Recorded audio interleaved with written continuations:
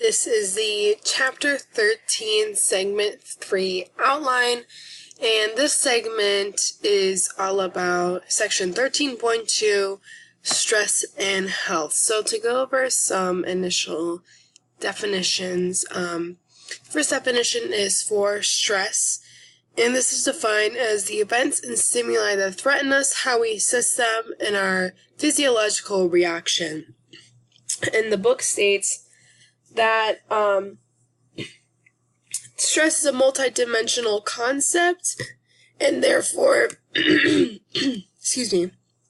has three different components to it, or that's how the book describes it.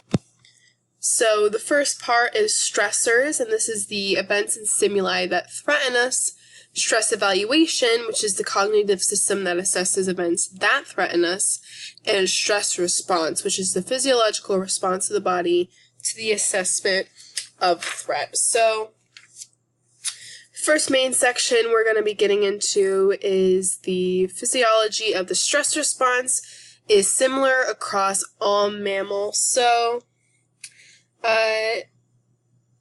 the first term we're going to be talking about is the general adaptation syndrome. So this is a system connecting stress and disease through a series of stages. So according to this scheme, the initial response to stress, which is called the alarm reaction or the activation of the sympathetic nervous system, including a release of hormones as the initial response to stress, is followed by a second stage called the adaptation stage, which is the return to normal following an alarm reaction, and this attempts to reestablish balance. But if stress is prolonged or frequently repeated, the exhaustion stage sets in, and this is the increased susceptibility to disease and possible death that follows prolonged or frequently repeated stress. So,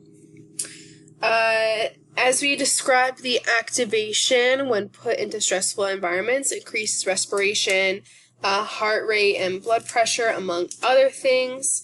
And these physiological responses to stress provide the basis of so-called lie detector tests. So there's a whole section in the book that talks about polygraph tests, and the headline of the section is literally lie detector tests detect stress, not lies. So polygraph measures signs of arousal, and this is why an innocent person may sometimes be labeled or said that they're lying, because even an innocent person may feel alarmed if questioned about a crime, and therefore might show physiological responses that are common in stressful situations. So, one classic study of stress followed a group of young recruits in the Norwegian military, and both before and during parachute training, and during the training period, the men were propelled down a long sloping cable suspended from a 4-story tower. So at first, the sense of danger was acute, even though the recruits know that they were not likely to lose their lives in training. So, in the study, they test the soldiers' blood levels, and they saw release of hormones triggered by the sympathetic nervous system, including the hormone cortisol, which is a hormone from the adrenal gland released in response to stress. And cortisol is a release from the adrenal gland, so it's an endocrine gland atop the kidney, which releases hormones in response to stress. So, this is something they found in their blood levels, and less dramatic real-life situations also evoke hormonal responses. It's not just people who are hanging off 4-story buildings. So not everyone responds to stress the same way. And one hypothesis focuses on early experience. So the experiments I talk about are using rats. So rat pups clearly find it stressful when a human experimenter may pick them up and handle them. Yet researchers found that rats who had been handled briefly as pups were less susceptible to adult stress than were rats that had been left alone. And this effect was termed stress immunization, so the concept that mild stress early in life makes the individual better able to handle stress later in life.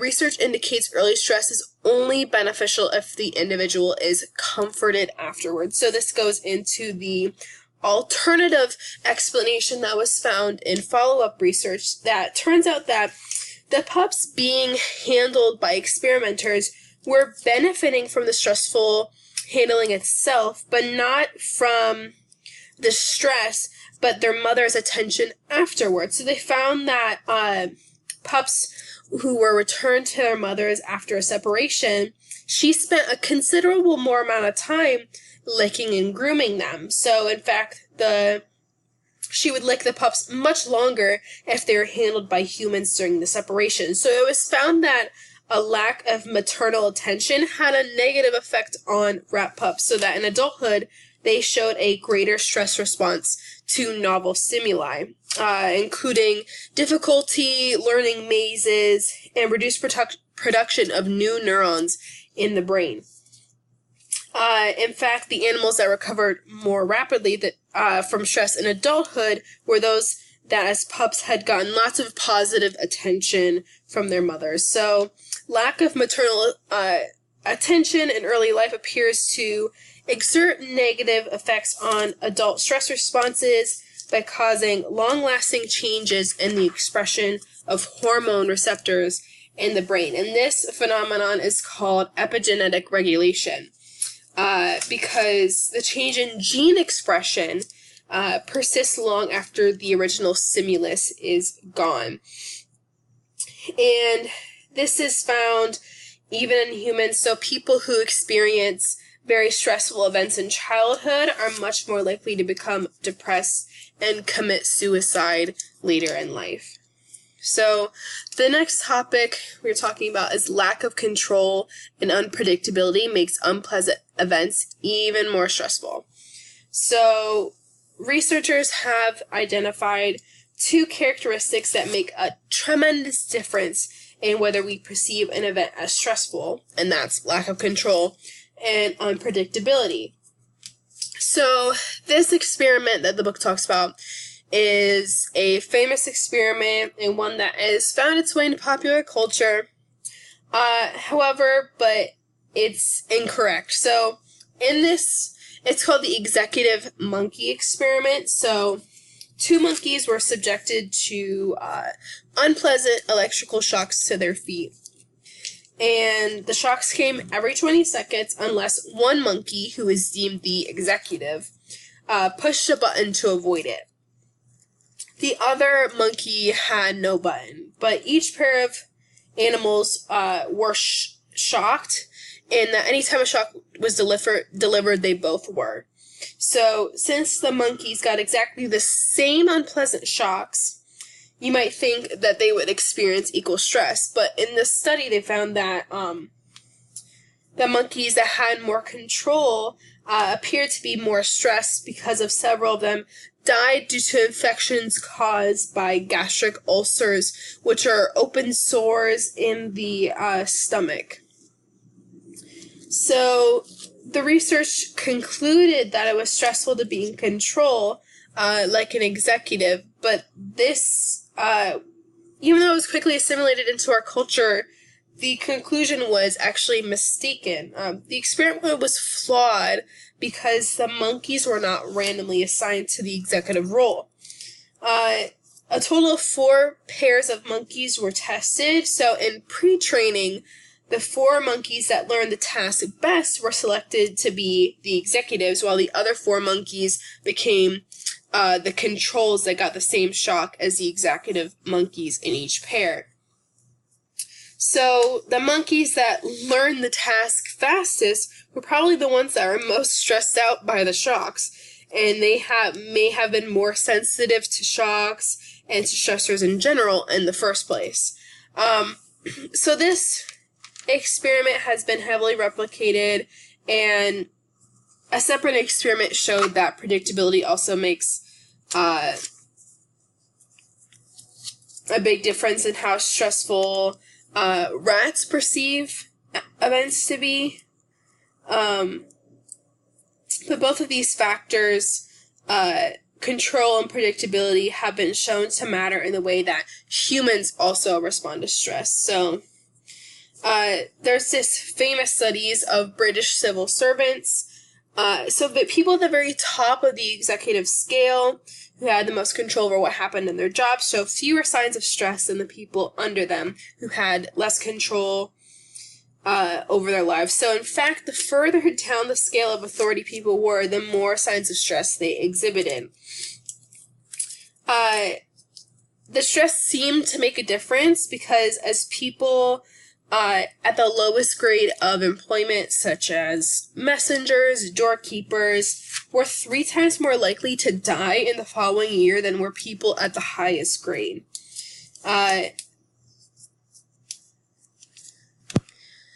The book then transitions this to health psychology and bridges this transition with the talk of stomach ulcers and how even there was an early perception about how a psychological component such as stress can have an effect on our physical health.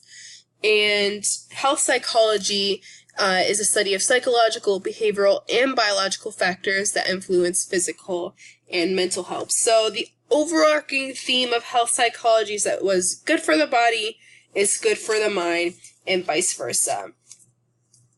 So there's often been the mistake of making a clear division between medical health and psychological health.